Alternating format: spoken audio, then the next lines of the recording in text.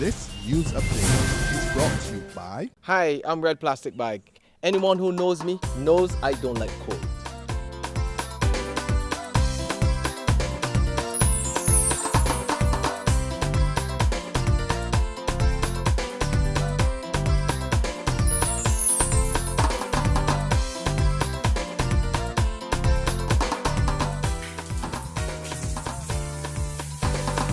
Sunshine reigns in my country. I love it.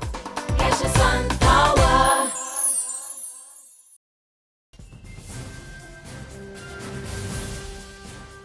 This is the 6 p.m. Barbados Today update for Thursday, April 17th, 2014. I'm Dawn Paris.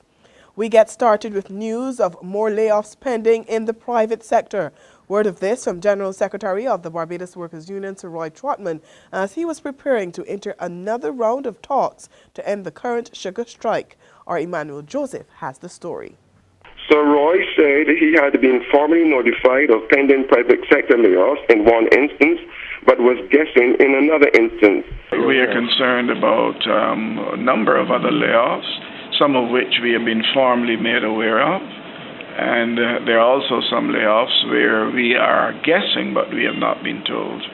Yes, there are layoffs, but we don't have exact numbers. Stating that he didn't have any specific numbers as yet, Sir Roy declined to identify the companies involved.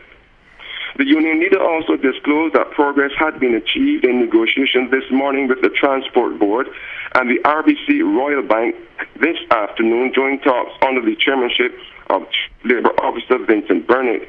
He said discussions will continue with the board as soon as it gets back to the union regarding the industrial relations process by which workers were sent home. As far as RBC Royal Bank was concerned, Sir Roy said they have agreed with the union about the correct consultative process which must be adhered to in the bank's proposed restructuring exercise. About 12 workers are being made redundant at this stage of the talks, according to Sir Roy, but said further negotiations have to take place on the planned closure of some branches following the merger between RBC and RBTT Bank. Meanwhile, Labour Minister Dr. Esther Bayersuku was meeting with representatives of the Barbados Agricultural Management Company at the Labour Department, and the union meanwhile waits for its chance to meet with the Labour Minister. From the Labour Department, Emmanuel Joseph for Barbados Today. Thanks, Emmanuel. The Ministry of Social Care is ramping up its efforts to comprehensively tackle the issue of domestic violence. Minister Steve Blackett reveals government has prepared a draft bill on domestic violence, which is now in the hands of critical stakeholders. This bill seeks to bring our legislation in line with what is currently the best international practices and will go a long way towards the protection of victims and the correction of those that commit such acts. The bill should be sent for the endorsement of Parliament in the very near future. Ahead of Easter celebrations this weekend, the head of the Roman Catholic Church raises concerns about how Barbadians treat the holiest period on the Christian calendar. Bishop Jason Gordon tells Barbados Today more people are losing their sensitivity to religious seasons, and the island is now evenly divided between those deeply committed to God and those who've moved away from Christian ideals. He warns against the latter move and reminds Barbadians that the Easter message strikes at the very heart of our lives. This is the time when Christ died for us, and the resurrection is not just an event that happens, it is the event that happens. Because through the resurrection, we know that God has said something about Jesus Christ, who died, that he is God's son, and everything that Jesus said is true. And God raises him from the dead, saying to us that death has no sway over us, and death has no power. That the power of death is ended. That means that the power of drugs is ended. The power of addiction is ended. The power of our sin sickness is ended. The power of all the negatives in society is ended. But we have to believe it. And we have to want to follow him to see the end of the negatives. Busy scenes at the Bridgetown Fisheries Complex today as fish vendors rush to meet the order of Barbadians.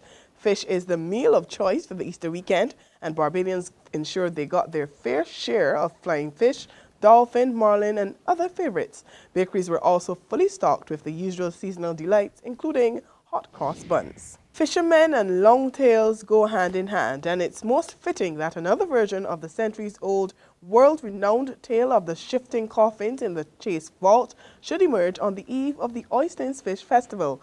Folklorist and prominent Barbadian artist Fielding Babb is putting his twist to the yarn that reaches back to 1812 of undertakers opening the sealed Chase Vault in the churchyard of the Christchurch Parish Church and discovering that previously placed caskets had mysteriously moved from their original position.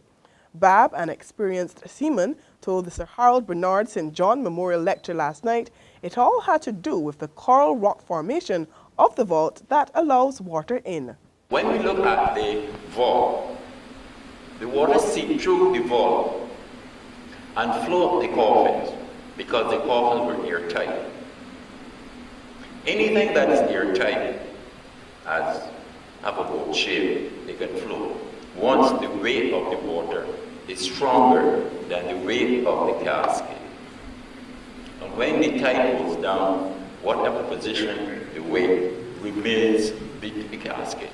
So when they went in to add another casket to the vault, they saw different positions. There's regional and international news after this short break. Hi, I'm Red Plastic Bag. Anyone who knows me knows I don't like cold.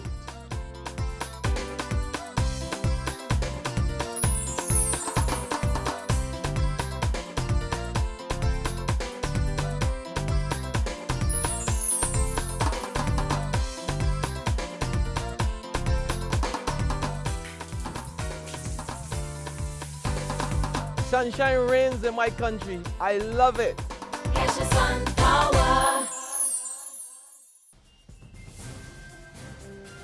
To our neighbors now, Trinidad and Tobago's Prime Minister Kamala Persad-Bissessar says the people of the Twin Island Republic will be the ones to decide whether the country becomes a full member of the Caribbean Court of Justice. She says her country's accession to the CCJ, based right in Port of Spain, is inevitable, but she stressed the issue must be put to a national referendum.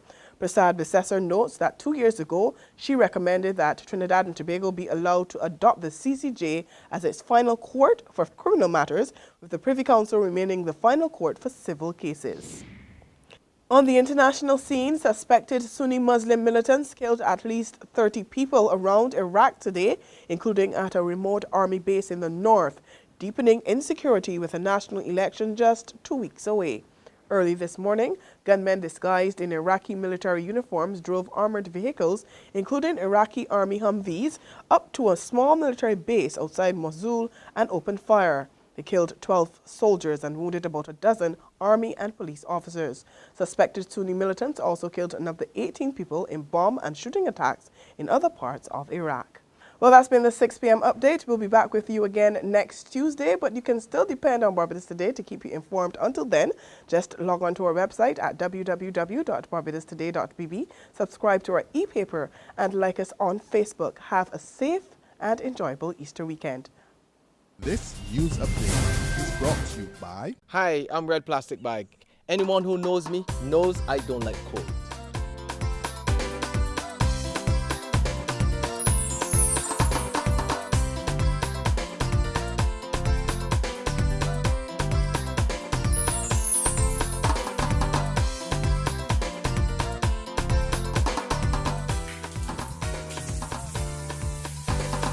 Sunshine reigns in my country. I love it. Get your sun power.